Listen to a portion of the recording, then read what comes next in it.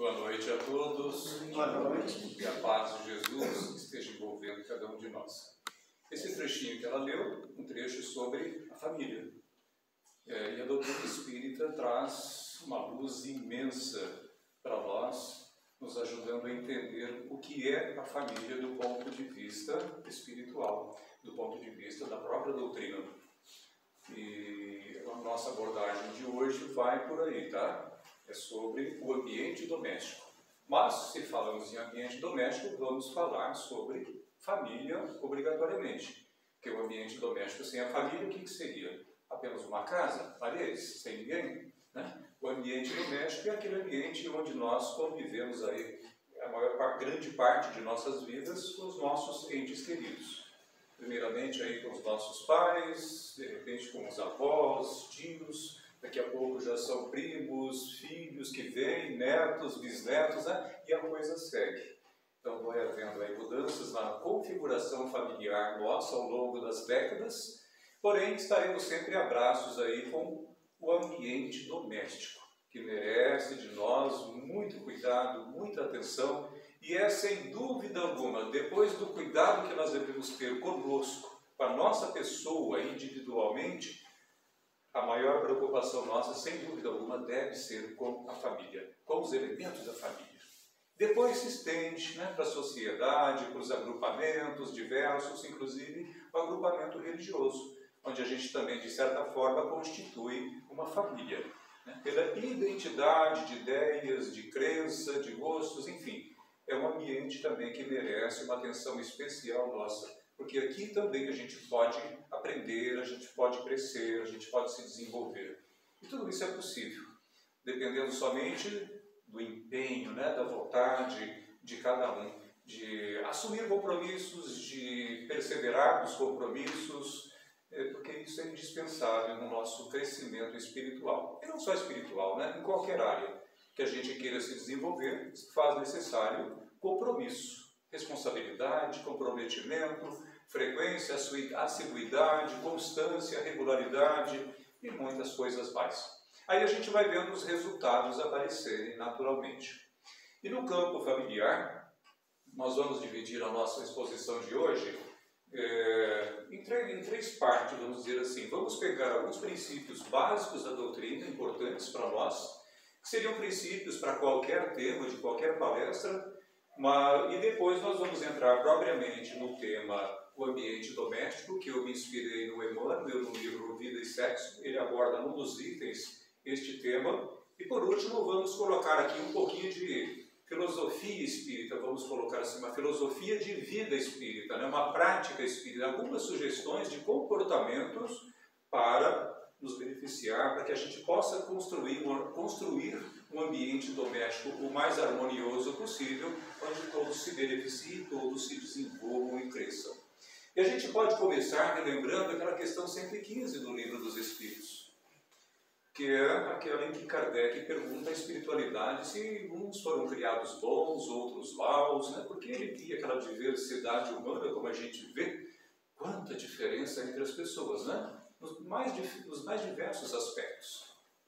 E aí ele perguntou, então, se uns foram criados bons, outros maus, e aí os Espíritos responderam o quê? Que todos foram criados simples e ignorantes. E que a cada um é dada uma missão, muitas missões, muitas tarefas, a fim de os esclarecer através do cumprimento dessas tarefas. E que à medida em que a criatura vai cumprindo com as suas missões e se esclarecendo, ela vai gradativamente se aperfeiçoando, até chegar à perfeição. E aí, na perfeição, ela vai encontrar a pura e eterna felicidade.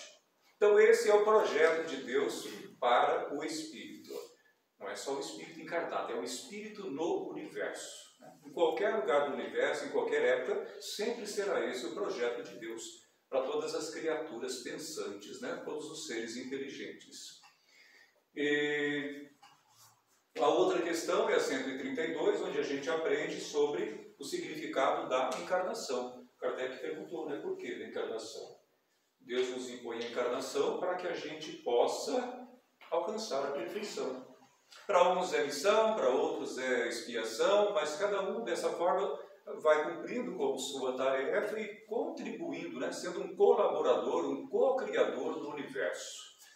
E dessa maneira nós vamos pouco a pouco também, através das encarnações, nos aproximando da perfeição.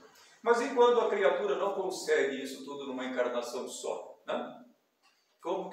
Se ela alcança a perfeição, a purificação total, o que acontece? Que será dada uma nova vida. Aí a questão 66 do Livro dos Espíritos, que ela é desdobrada depois em 3 outras, né? A, B e C. E através dessa uma sequência de perguntas, Kardec chegou à conclusão de que existe reencarnação. Porque Kardec também não partiu da doutrina, ele não partiu do conceito de que existia espírito, que existia reencarnação. Não, ele foi por dedução chegando a essa conclusão, através de sucessivas perguntas. E as leis, né? Importante também o campo das leis que devem reger os relacionamentos entre os espíritos, em qualquer lugar do universo. E aí nós vamos colocar apenas uma lei, a lei de amor. Ama a Deus sobre todas as coisas e ao teu próximo como a ti mesmo. E vamos lembrar também da lei de justiça, da lei de caridade, que devem fazer parte dessa nossa rotina diária dentro do nosso ambiente doméstico. E é onde mais a gente precisa normalmente da vivência do amor, como a gente vai ver aqui no andamento da nossa exposição. Tudo bem até aqui? Está claro isso? Esses são alguns fundamentos da nossa doutrina, alguns conceitos, né, filosóficos e morais da doutrina espírita. E podemos entrar agora na questão do ambiente doméstico.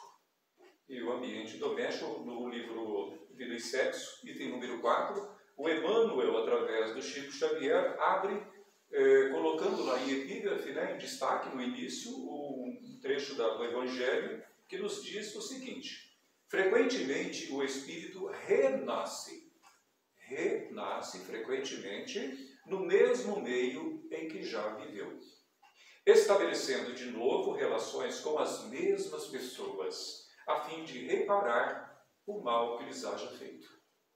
Tá? Então aqui nós temos um começo de ideia já muito profunda, gente. Isso aqui é profundo demais. A maior parte da humanidade desconhece esses conceitos, desconhece como a gente os conhece. Então nós somos privilegiados, mas também somos responsabilizados, né? Porque quem sabe mais tem mais responsabilidade, obviamente. Então aqui nós vemos no Evangelho que nós normalmente renascemos em meio àqueles com quem já convivemos em vidas passadas. Emmanuel depois segue comentando: habitualmente a equipe familiar se aglutina segundo os desastres sentimentais de vidas passadas. Ele pegou pesado aqui, né? Ele diz que as nossas famílias normalmente se aglutinam, se formam em função dos desastres na área do sentimento. O que seriam esses desastres, hein, gente? O que seria desastre sentimental? O quanto de prejuízo que nós causamos a outros, né? Que outros também nos causaram, vivências extremamente desarmoniosas, às vezes levando a criatura à loucura, às vezes até mesmo ao suicídio. Então, isso é um verdadeiro desastre. Em função do quê? Do orgulho e do egoísmo, né? Sempre é o danado do egoísmo que está na raiz de todos esses comportamentos, tanto em vidas passadas como ainda hoje. Se nós não cuidarmos bem do egoísmo, ele continua a dar prejuízos, tá? Para nós. Aqui, continuando com Emmanuel, nos diz: debitando-se-lhe aos componentes, né? Debitando é colocando como débito, né? Como dívida aos componentes, os distúrbios da afeição possessiva, a se traduzirem por ternura descontrolada e ódio manifesto, ou simpatia e aversão simultâneas. Então aqui ele já começa a colocar um pouco das consequências disso, né? Já no campo mais objetivo das nossas vidas. Os distúrbios da afeição possessiva. A afeição, afeto, carinho, gostar de alguém, querer bem, tratar bem, isso não é mal. Só que muitas vezes a gente se excede, e em vidas passadas, e se não cuidar mesmo nessa vida, a gente acaba se excedendo tanto no afeto, que acabamos querendo direcionar demais. Como se o outro fosse a gente. roubando a possibilidade do outro se desenvolver de forma harmoniosa, de crescer.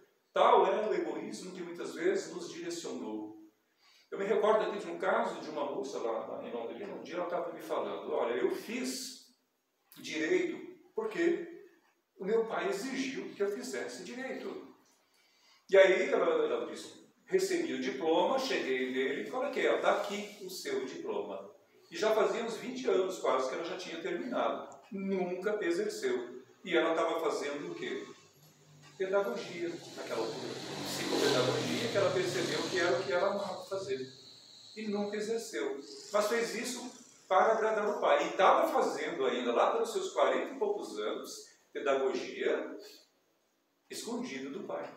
O pai não estava sabendo, embora ela seja casada e não viva, o pai nem está próximo, mas procurou fazer com que o pai não soubesse. Veja, gente, olha o egoísmo de um pai. É amor? Às vezes acha que é amor, né? O excesso de afeição, o excesso de cuidado, a ponto de querer direcionar dessa maneira. E fora isso, tem muitos outros exemplos, né, de excessos na área afetiva.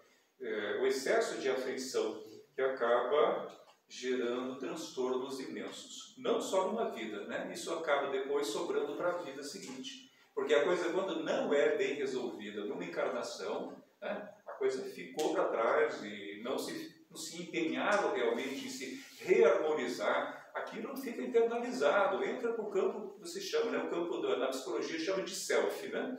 Entra no campo do espírito profundo e depois se manifesta na próxima encarnação, como uma tendência de comportamento, ou às vezes até como um transtorno, porque a criatura traz aquela dentro de si, no plano inconsciente, o resultado daquelas vivências, né, tumultuadas, infelizes, desarmoniosas, e aí vai aparecer como transtorno de personalidade, transtorno de comportamento, que vai exigir às vezes tratamentos prolongados, né, prolongados, na área espiritual, psicológica e outras.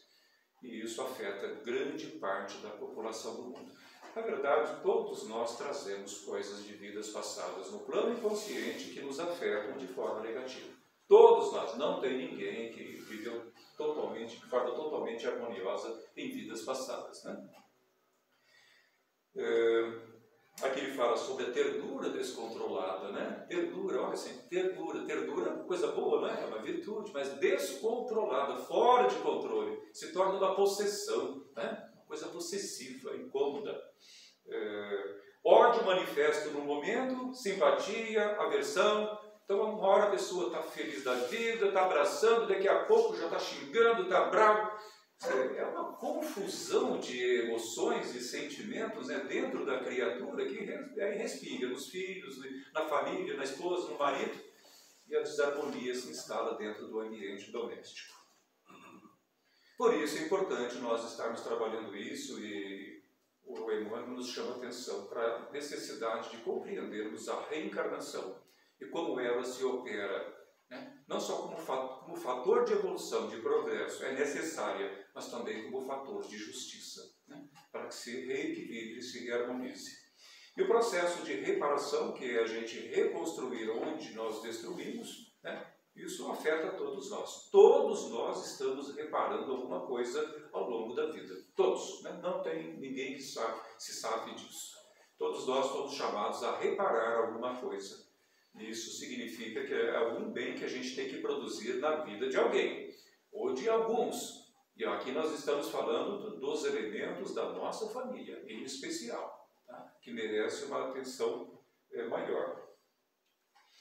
No livro Jesus no Lar, um livrinho antigo do Neio Lúcio, né? Lembro dele? Muitos já usaram na hora de fazer o Evangelho no Lar, às vezes ler as historinhas dele, são historinhas bacaninhas, bem simples. E o Neio Lúcio, ele nos fala o seguinte, que o lar é a escola das almas. É a escola, né? É a escola. Se é a escola, é um lugar de aprendizado. Então, eu estou com tal pessoa, com essa outra pessoa, com aquela outra, convivendo no lar há muito tempo, há muitos anos, vou continuar, porque ali é um local de aprendizado. Mas o que eu tenho que aprender aí, né? Essa que é a questão, né? Nem sempre a gente tem facilidade de perceber o que a gente está tendo que aprender naquele convívio, com os elementos da nossa família. Mas não é muito difícil, não. A gente basta dar uma paradinha, fazer aquilo que nós aprendemos na questão 919 do Livro dos Espíritos com Santo Agostinho, né? No final do dia a gente para, analisa, vê como que foi o convívio do dia, né? Só em relação ao lar, vamos ficar só com a família que já está muito bom, já dá muito pano para manga aí, né? Então vamos ver como é que foi o relacionamento naquele dia, hoje, esse dia de hoje. Como foi o dia de hoje em relação à minha família, com aqueles com quem eu convivo, tá? E perceber se eu dei toda a atenção que deveria dar, se eu de repente fui um pouco áspero em algum momento, né? Se eu deveria ter sido um pouco mais participativo na vida do lar, deveria ter ajudado, contribuído aqui ou ali, né? Se eu fugi de algum dever, é fazer alguns questionamentos. Quando a gente faz questionamentos, obviamente a gente vai ter respostas que virão de dentro de nós. Se fizermos disso um hábito, é o ideal, é o perfeito. O duro é fazer disso um hábito. Normalmente a gente tem, às vezes, ótimas ideias, nos sentimos tocados em alguns momentos, não é isso que eu quero, é isso que eu devo fazer, mas não perseveramos.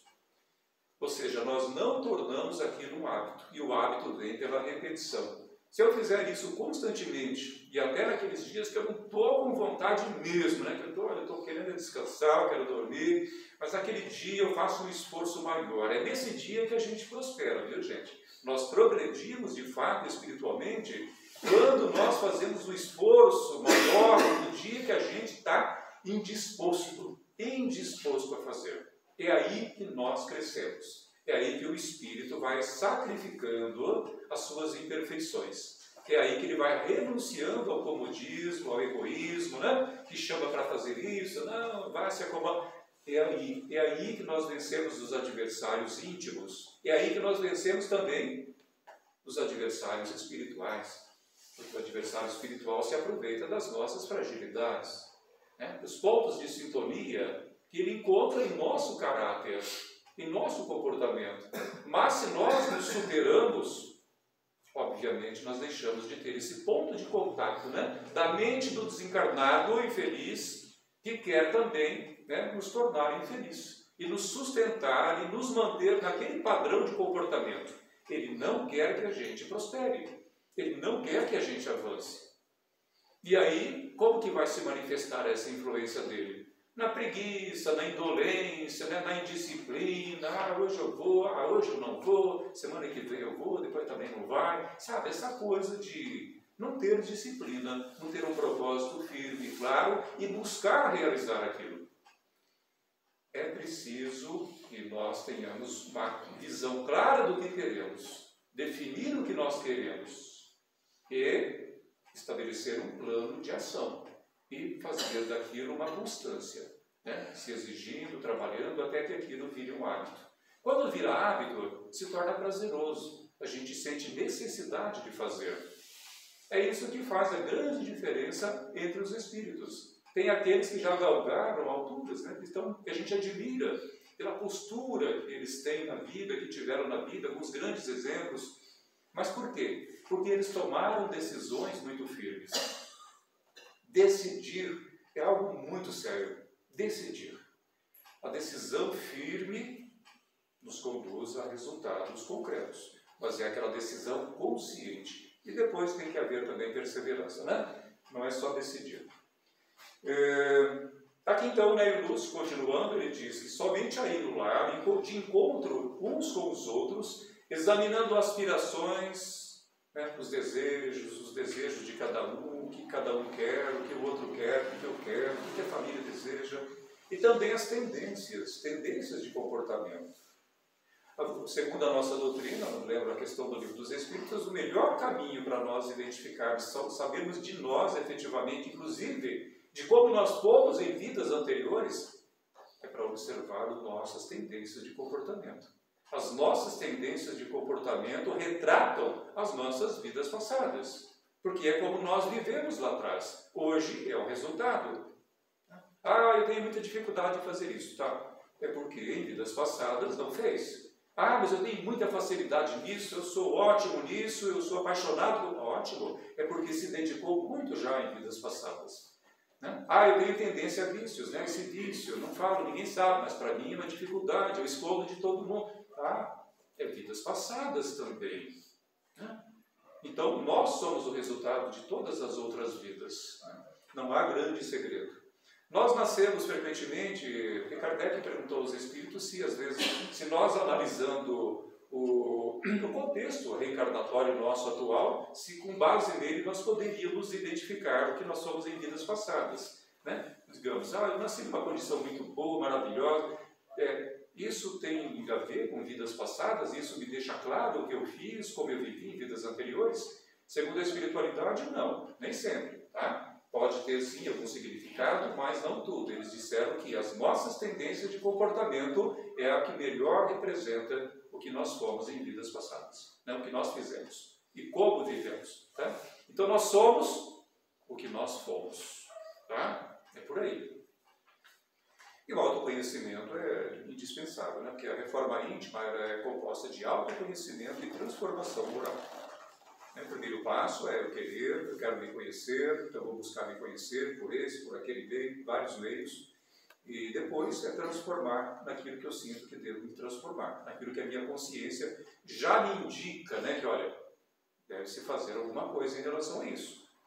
Então, aquilo que a consciência nossa mostra. Não aquilo que ela não nos mostra, aquilo que a gente ainda não vê, não temos compromisso, mas no que a gente já percebe, já estamos compromissados. Já está aí a nossa missão de esclarecimento pessoal, questão 115.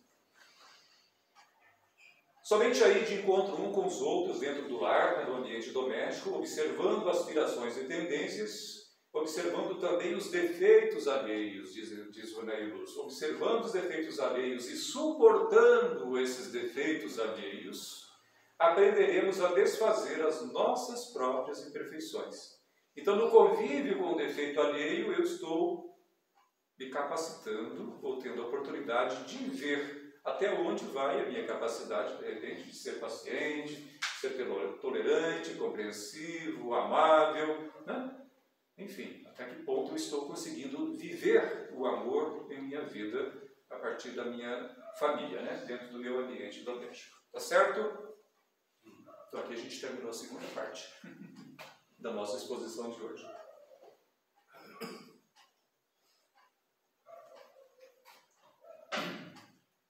Vamos para a terceira, que é a parte prática. Temos aqui já vários indicativos de comportamento, né? Mas vamos ver ainda a coisa de forma mais a miúde. Uma filosofia de vida espírita, podemos colocar assim, né? Filosofia de vida é algo, são conceitos que a gente utiliza na vida prática. Então, com base na nossa doutrina, na nossa literatura espírita, que é vasta e maravilhosa, nós podemos pegar vários conceitos, e aqui no caso hoje, relacionados à vida em família, ao ambiente doméstico, e nós vamos colocar alguns aqui para as nossas reflexões.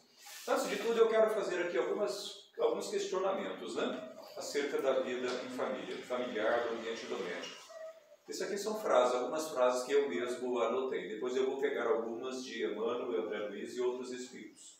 Eu procuro manter a calma, ser ponderado, né, dentro do meu ambiente doméstico, quando estou vivendo momentos de conflito. Aqui todas as frases seguintes serão sobre conflitos no ambiente doméstico, tá?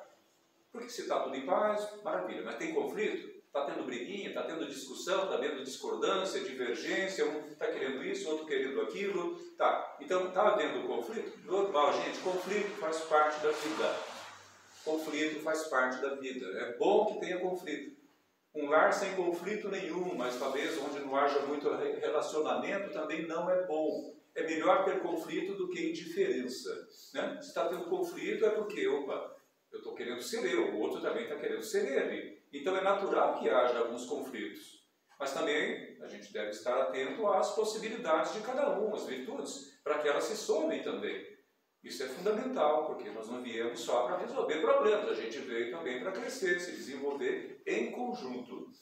Eu procuro manter a minha calma, ponderar nos momentos de conflito. Eu costumo lembrar de meus compromissos morais como espírita na hora do conflito. Na hora do conflito a gente não para muito, né? Mas se nós dermos uma respirada fundo, fala, calma, calma, Valdemar, né? Calma, Vera, né? Calma, calma, calma. Fala para você mesmo, é verdade. Às vezes a gente precisa falar para a gente mesmo. É autossugestão isso, autossugestão. A autossugestão é você falando para você o que você quer desenvolver para você. Você pode falar no seu pensamento, tá? Não precisa falar alto no meio da rua, não. Fala no seu pensamento, isso no teu pensamento você pode falar em qualquer lugar. Né? Ninguém vai te interromper. Você fala para você o que você está querendo desenvolver para o seu comportamento. Isso é autoindução. Né? Seria até uma autoindução hipnótica. Se você fizer isso repetidamente, isso vai criando raízes dentro de você, no seu campo psíquico. E daqui a pouco você vai estar vivendo aquele comportamento de forma natural, sem perceber. A Joana de Ângeles, que é a mentora do Divaldo Pereira Franco, diz para nós que nunca se canse de se autoinduzir. Do alto do conhecimento dela, no mundo espiritual, uma criatura que conviveu com Jesus, né? Ela está falando isso para nós. Nunca se canse de se autoinduzir. Porque a nossa maneira habitual de pensar no dia a dia da vida já é um processo de autoindução. Já pensaram nisso? A nossa maneira de pensar, a maneira de agir, do que está fazendo, escolhendo no dia a dia. Nós estamos pensando o tempo todo, não estamos? Essa já é a nossa maneira habitual de pensar. E a gente está sempre reforçando o que se é já. O processo de mudança ele requer esse desejo de desenvolver algo novo no espírito. E aí sim nós vamos dar ordens para nós, repetidamente, de vez em quando, para que nós possamos ir internalizando aquele conceito dentro de nós, de tal forma que ele venha fazer parte da nossa estrutura psicológica. E aí, então, o comportamento virá de uma forma natural. Então, esse é um caminho prático. Eu uso, nos momentos de conflito, uso sinceramente estas situações de conflito como oportunidade de exercitar o autocontrole, a calma, o discernimento e uma ação correta? Então, são perguntas. Faço uso da oração para me reequilibrar? Do conflito ou depois do conflito? Quando estamos no conflito, às vezes nós estamos com raiva, gente, né? A raiva faz parte da nossa vida. E ela até não é ruim, porque a raiva pode gerar um movimento, né? Por raiva a gente faz alguma coisa, a gente nem acha que aquilo é raiva, mas é fazer algum movimento de mudança, de transformação.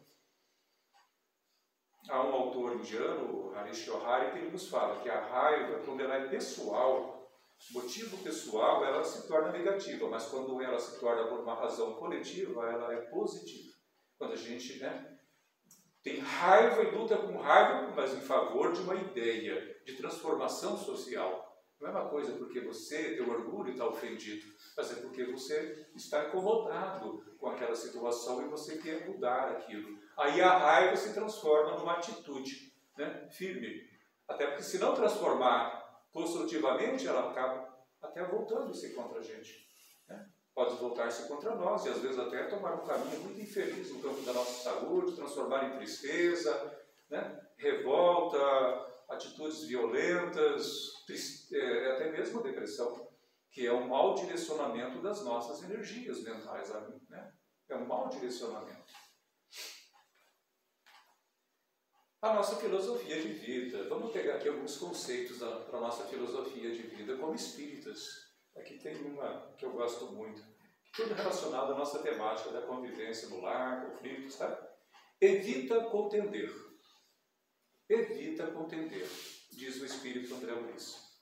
Aliás, não, esse aqui é o Emmanuel. É um capítulo do livro Pão Nosso. Evita contender. Evita contenda. As discussões desnecessárias, que normalmente são o quê? Produzidas por nosso orgulho ferido, pela nossa insistência em nossos pontos de vista. Pontos de vista. E o nosso ponto de vista é apenas o nosso ponto de vista. Não é geralmente uma verdade. É uma verdade nossa. Mas o outro tem um ponto de vista diferente, o ponto de vista dele é a verdade dele. Eu já falei aqui, vou dar novamente o exemplo da casa. A casa que de um lado é vermelha, do outro lado é branca. Olha que figura bem simples. Aí de um lado da casa tem alguém, do outro outra pessoa. Aí você pergunta para ambos, qual a cor da casa? E o que eles vão responder?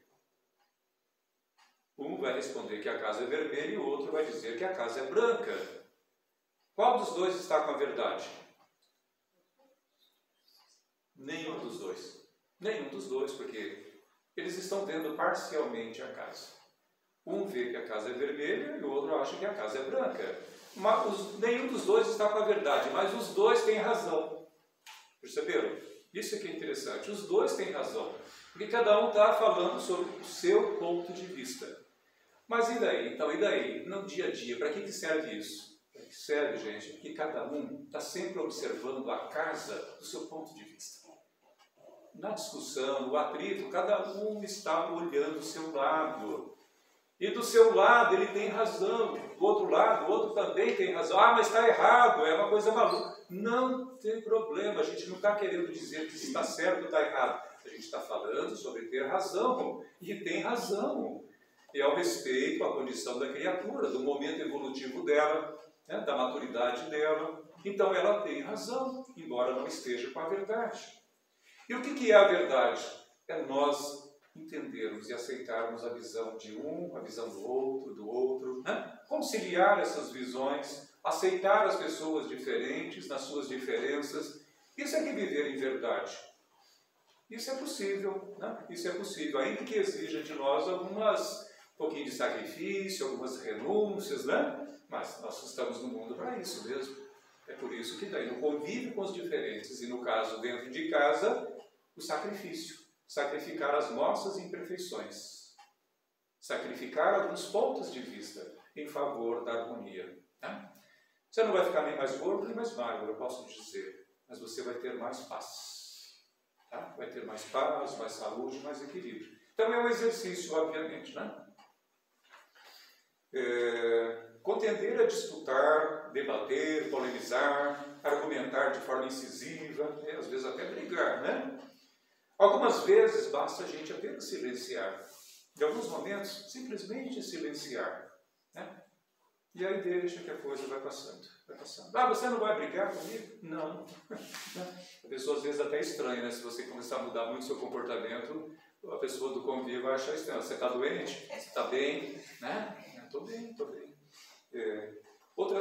Às vezes é até bom um distanciamento físico mesmo. Às vezes até se afastar um pouquinho. Não por indiferença, não é indiferença, mas é um afastamento estratégico, né? É uma estratégia que você usa para deixar a coisa acalmar, né? Tranquilizar, de repente muda por si só. Aí a gente abre caminho, inclusive, para os bons espíritos trabalharem. Você se afasta, vai para outro cômodo e começa a orar, né? Aí você interfere nos processos de influências espirituais, porque a criatura, se ela está nervosa, está brava, está xingando, ela não está bem.